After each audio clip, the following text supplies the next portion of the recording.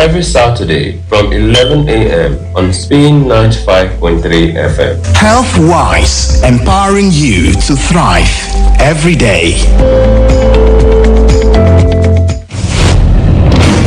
The beauty of democracy is the freedom of a people to express themselves. Today I'm a grandfather and I'm still in this struggle. Even if they end our lives, bad governance must end. People are hungry. A hungry man is angry. The government must also understand that to everything there is a limit. Rice bag is 90,000 naira. We couldn't even afford one scare meal in a day. The ability to choose quality leaders that would represent nothing less than their interest. The new Abia is your baby. I must be protected from whatever could present a threat. There is continual development. Hope is here. Assurance is here. Security is here. Hopelessness is not part of our dictionary. I'm a senator. I swear to God, up to now, I've not seen the report. I moved the motion because I have my reason. My people are so changed. This is a serious matter. Giving you a voice, no sensationalism, no bias, no favoritism, just raw, unadulterated truth. We are committed to delivering facts without compromise. Hard talk every weekday, 9 a.m. Nothing less than authentic political experience starting now. Here on Spin 95.3 FM. That the opinion of our guests and resource persons are not the opinion of Spin 95.3 FM. Thank you. A very good morning to you. Welcome to Hard Talk Friday edition of the program on Spin 95.3 FM. My name is Chukwuemeka Igu, your regular host on the show. And this morning we are looking at healthcare delivery in Abia State, and our theme this morning is strengthening healthcare infrastructure and workforce. To discuss that issue with me is the Honorable Commissioner for Health in Abia State, Professor Enoch Ogbonnaya Uche. Good morning, Prof. Good morning, moderator, and good morning, distinguished audience in the Abia. Welcome. Yes, health, they say, is wealth. Of course, our post is on our Facebook page. We're also streaming live on YouTube at alphaspintv. You can go there to view what is happening here in the studio or leave your comment. We'll harvest your thoughts at the fullness of time. You can as well send them to our WhatsApp line on 0805 5516953. 0805 5516953. So sit back, relax, fasten your seatbelts, buckle your shoes. Let's take you on a ride. This is Hard Talk.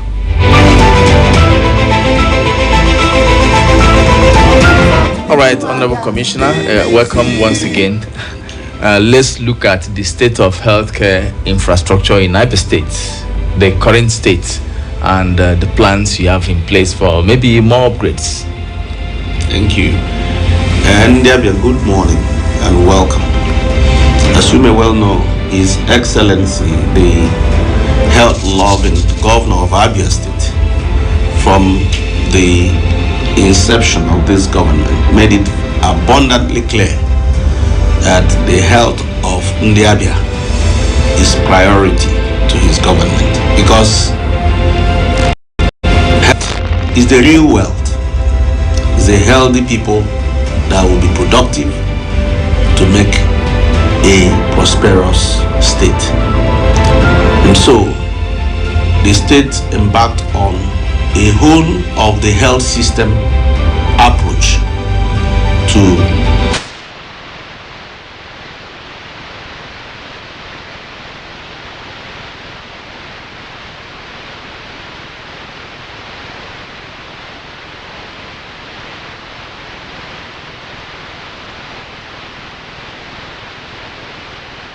resource for health. Two very key components of a health system.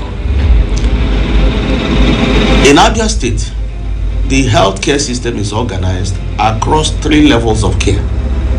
You have the primary healthcare level, you have the secondary care level, and then you have the tertiary healthcare level, where you have specialist services. And the tertiary level? The tertiary level. Now, the primary healthcare is the foundation of healthcare, because that is healthcare at the place that is closest to the people, and that accounts for 80% or more of the healthcare needs of the people. And in realization of that, we first of all did a needs assessment and found that there are 948 primary health centers. At the time this administration took office, none of them could boast of standard infrastructure in terms of standards set by the National Primary Healthcare Development Agency and the WHO. So you could well say that no primary health center in Abia was standard enough to offer decent health care to the people. So what did the government do? Now, in 2001,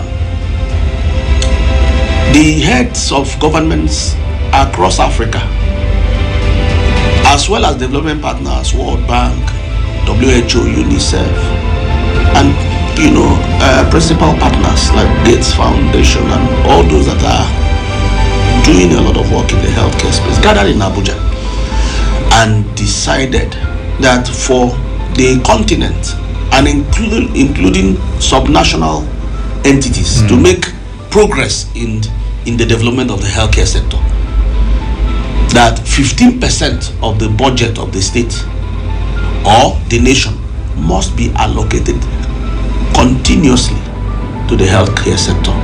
That is what is today known as the Abuja Declaration. Okay, that was in 2001. 2001.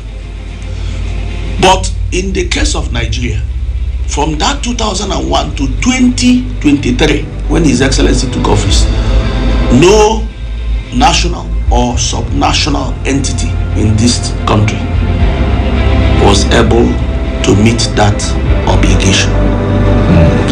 And because of that, healthcare continued to suffer from poor financing. But when he came on board, one of the first things he did was to declare an emergency on the healthcare sector, and then went on. But because by the time he came, the 2023 budget was already passed. So in 2024, history was made in this country because Abia State, under His Excellency Dr. Alexoti Oefa, became the first state to allocate 15% of the entire budget of the state to the healthcare sector. And that was not a one-off. It has continued. In 2025, the same. In 2026, the same. 15% of the budget of this state has continuously been allocated to the healthcare sector. And that is powering the infrastructural transformation that is occurring in the state. So in the primary healthcare space, so we started with Project Chukwuemeka, which is renovation, retrofitting, and functionalization of 200 primary healthcare centers. Now, you will agree with me that this is a monumental project. 200 primary healthcare centers. And knowing that health centers are not just buildings, there are things that must be there. You have to have solar power or light 24/7. You have to have water. You have to have the right complement of staff, and then of course you have to have equipment. So all this must be in place for that hospital or the health center to be functionalized. So we are, as I'm talking to you, most of the health centers, these 200, have been renovated. We are now placing equipment in them and then ensuring that they have the right complement of staff. Then we functionalize. As I'm talking to you, we have just recommenced the functionalization. We have done 90 out of the 200. And in the next couple of days, we will, we have about another 11 or so to functionalize. So we'll be hitting the 100 mark. And this has taken relentless work. Equipment of the highest quality. In fact, the Abia State, through the mandate of His Excellency, is redefining standards in the primary healthcare center. If you go to our primary health centers, you will see equipment there that you see only in some general hospitals in well-established hospitals. And the reason that is happening is because we discovered that most of the causes of maternal mortality, is when our mothers deliver in places that don't have equipment, delivered by people who don't have skills. So for you to reverse that, you have to ensure that the right kind of equipment for maternal and child health services are optimized, are put in place in the primary health centers. So that's why you go to our primary health centers, you see ultra-modern delivery rooms. You will see point of care ultrasound scan. Now, ultrasound before now was not something that was placed in primary health centers. People have to go to maybe Federal Medical Center or Specialist Hospital or some notable private hospitals at very high cost. But today, under His Excellency, because we know he's a game changer, ultrasound will help us to detect the vitality of the child, of the baby in the womb, the way the child is lying, is moving, whether the heart is beating well and all that, so that we can take those decisions that will affect the care of the woman and the baby right at the point of care, the first point of care, which is the primary health care level.